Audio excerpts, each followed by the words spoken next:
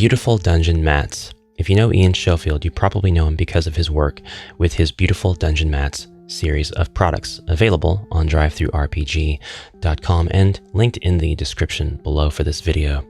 This particular product, the one based on the Rise of the Dread Moon for HeroQuest, is predominantly featured in almost every HeroQuest tabletop video. But Ian now has a new product, one that he was very kind to send to me, and one that I'm very thrilled to receive. This is the Double Skulls Tavern Tales. This is a new campaign and a new way to play our favorite 2 to 5 player dungeon crawler board games. So this video is going to unbox this campaign and show you what all it comes with, which is going to take a minute because it comes with quite a bit. As is the case with Ian's other work, the pictures and description that I've seen on the page do not do justice what I have actually received in real life. So we get the typical pick sheet, common to all products ordered from DrivethruRPG, and then the actual product. This is presented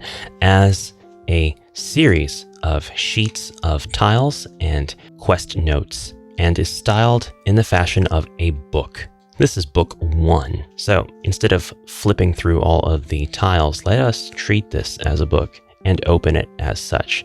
And we are given beautiful illustrations, very clear, very crisp, very professionally done, that show us a quest map on one side and a summary on the other. And we can see immediately that this quest map is fashioned for use with any game that might have stair tiles, goblins, skeletons, orcs, zombies, warriors that are heavily armored and work for the forces of perhaps dread or chaos, mummies, and even perhaps lizard men.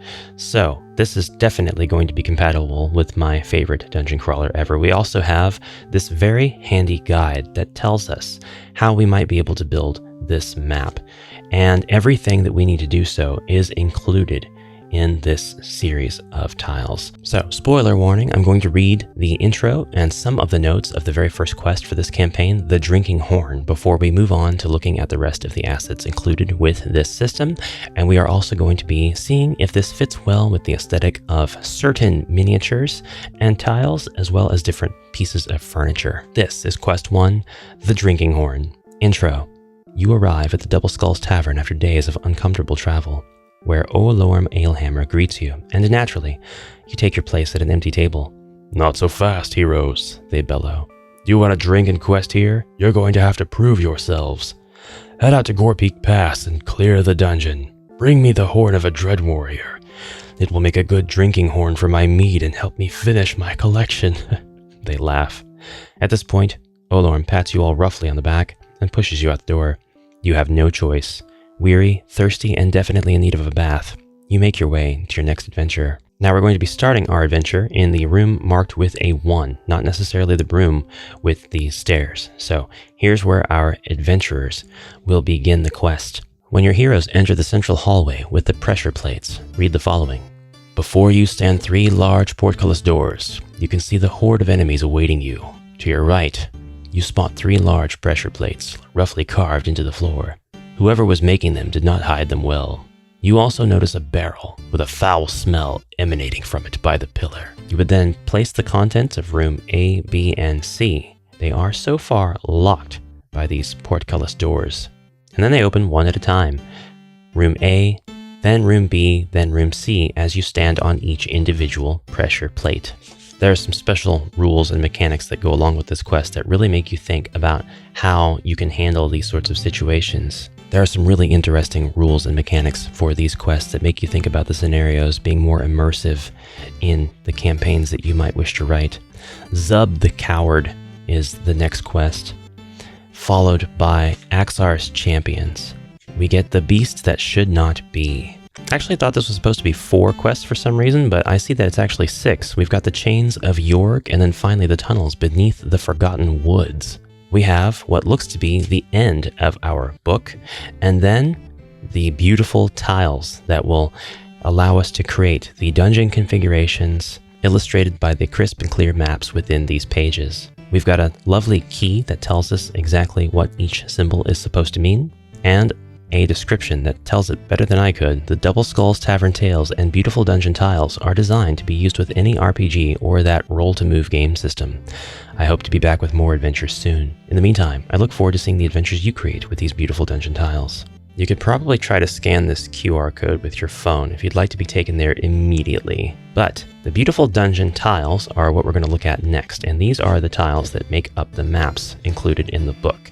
They are all numbered in the lower corners, so you can see this one's 1A, followed by 2A, then 3A, and for anything that calls for a B, well, the B's on the opposite side, so this is 1B. So we're going to build out the very first map and see how long that takes. We'll do this in real time. And we're going to go ahead and refer to this page here, which also shows us which of these pages should be oriented vertically and which should be oriented horizontally.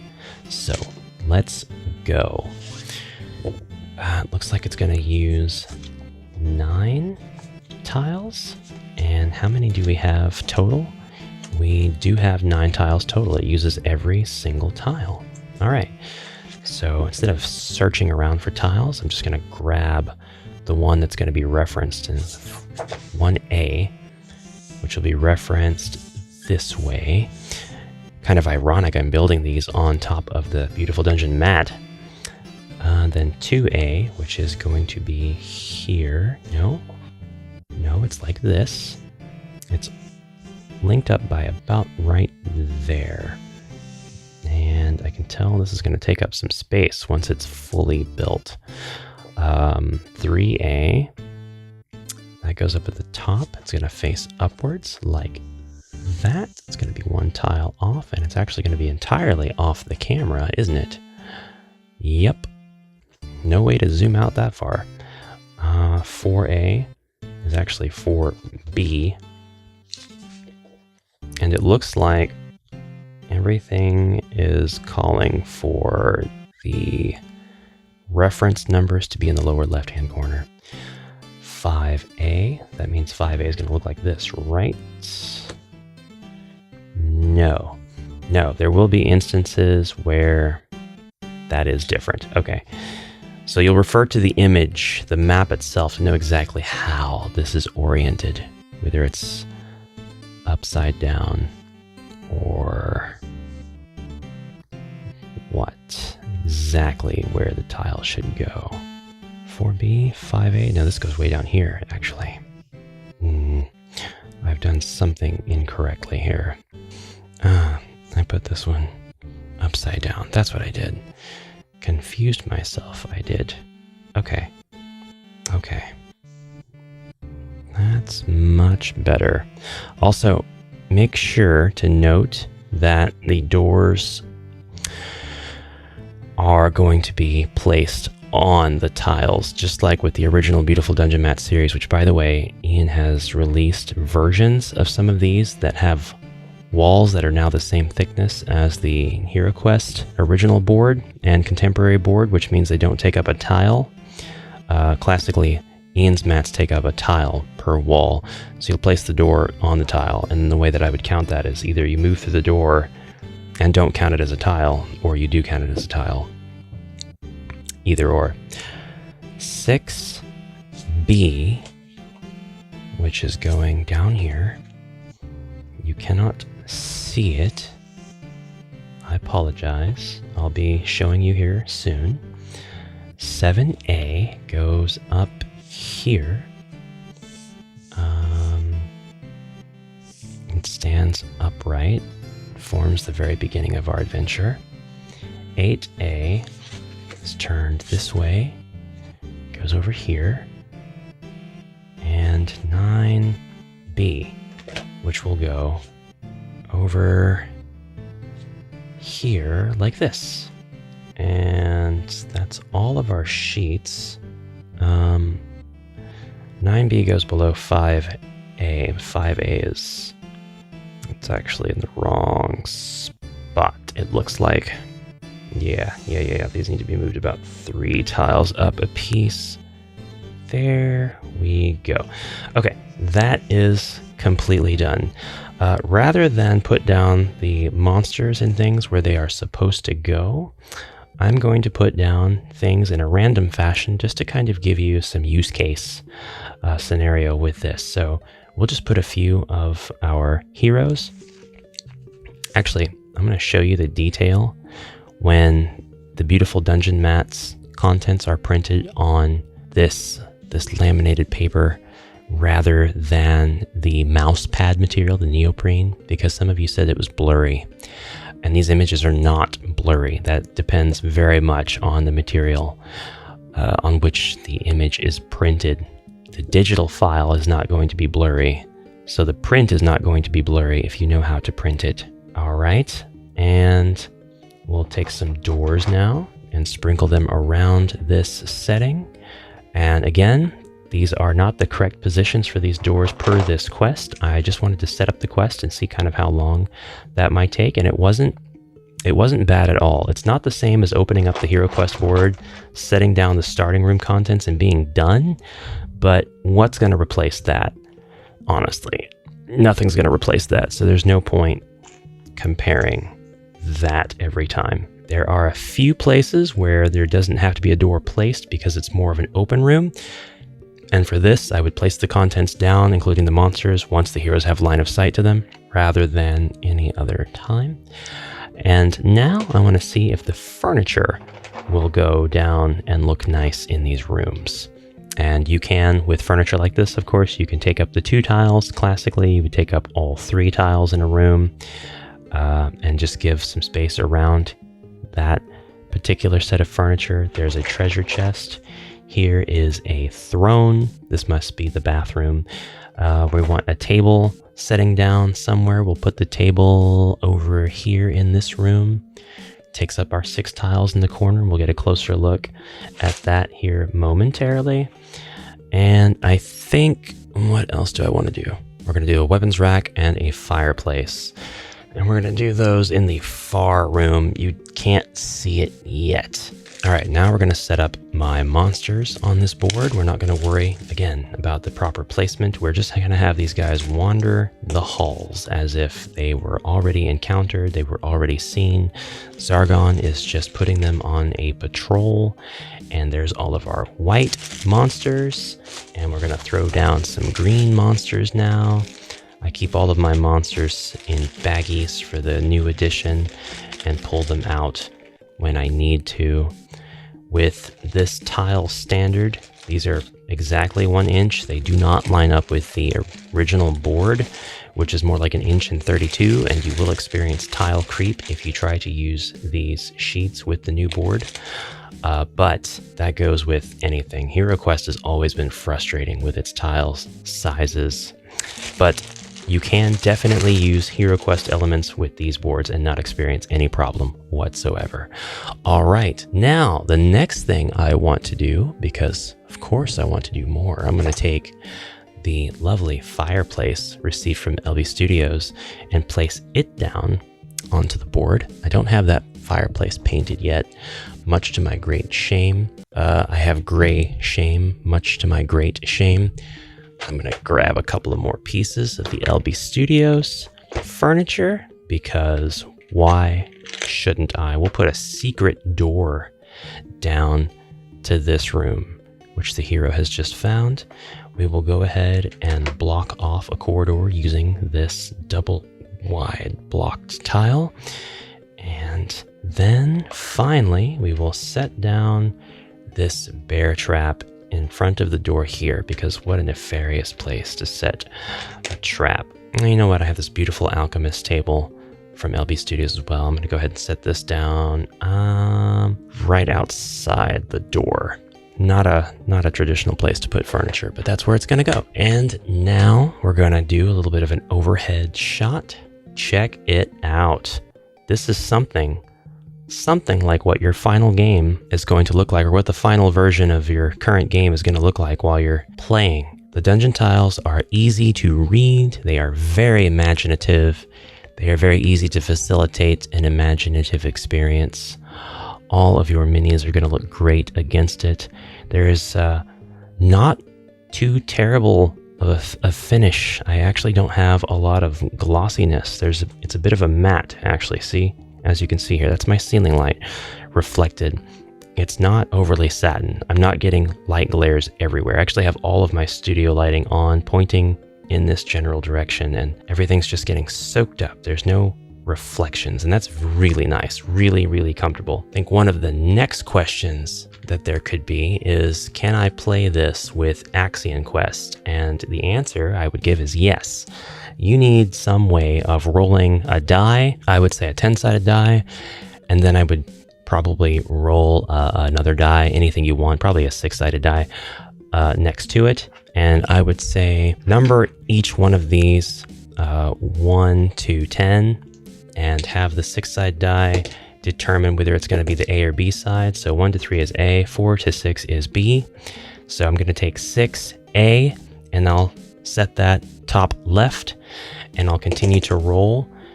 This would be 5B. That would go right next to 6A, and then roll again. Now we've got 9B. And of course, if you roll 10, or if you're using a D12 like I am, a 10 or above, then it's baker's choice. That's not a term. It's dealer's choice. Dealer's choice, pick whatever tile you want, whatever side you want. And whenever you roll a number that you've already placed, you could do the same thing. And then you would create your Axian Quest dungeon deck based on the number of players as per Axian Quest rules, which, by the way, Axian Quest is from Axian Spice. It's a totally different product. LB Studios, bits and bobs here, furniture pieces, beautiful furniture pieces, completely different. I am just merging things together for a more immersive, crazy combination of assets experience, and make sure that all of these products sort of bounce off of each other and give each other more life. We forgot to remove our clue cards from the Axian Quest deck, but you'll build your quest deck, and then once you've determined how many cards each room gets, you'll put that many cards down on each room. So there'd be 3 Axian Quest cards in that room. There would be 3 in this room.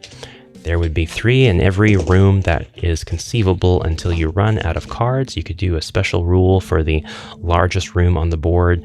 Roll a combat die, and if it's skull, place a single card in that room. And then finally, when you are ready to play, you'll choose your starting area that's adjacent to one of these rooms.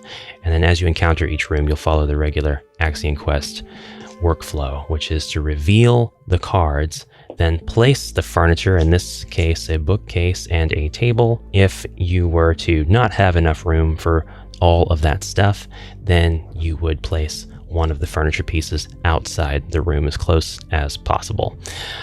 So you could do that, then you could resolve the traps, then you could place the door, and continue your Axian Quest single-player adventure. And this goes on until you have completed the objectives in your adventure.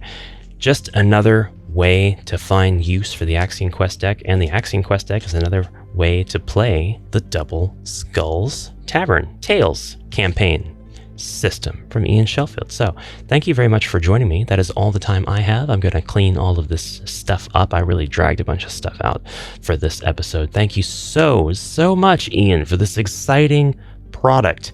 I'm so proud to present it. And of course, while this was technically a sponsored video because the product was sponsored to me, that does not color my review in any way, my presentation in any way. My presentation and my review and my thoughts are my own, and they are honest. I'm really excited about the quality of this product, and I'm really excited about how versatile it is. By the way, this isn't quite the same as the Loki Quest paper, but it is, again, going to be really hard to crinkle or tear or anything like that with normal use. I think the only problem you're going to have is maybe be careful when you're picking it up at the edges over repeated play.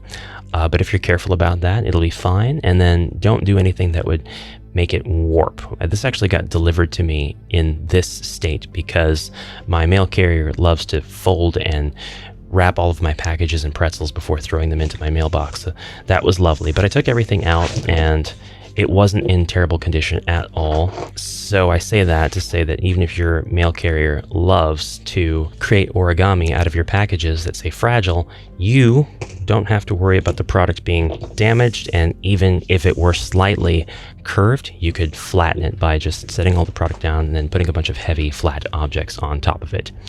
I would do that. I would take them off. I would flip these over. I would put the heavy back on them. And in that way, you should have a pretty flat, straight, ready to play system. All right, guys, thank you so much for viewing. Thanks again to Ian Schofield, whose beautiful dungeon mats are a mainstay in my HeroQuest videos. I really need to get myself another one so I have a bit of a variation, so you guys aren't always looking at the rise of the Dreadmoon mat. But we are looking forward to book 2 already, and I'm going to be playing some of this, I would say, on the channel, perhaps in conjunction with the Axian Quest deck, after I get some normal HeroQuest quests in using the Axian Quest deck. All right, guys, that's it for me. Thank you very much for watching. Comment anything you like down below. Go say hi to Ian and tell him that I sent you. And bye for now.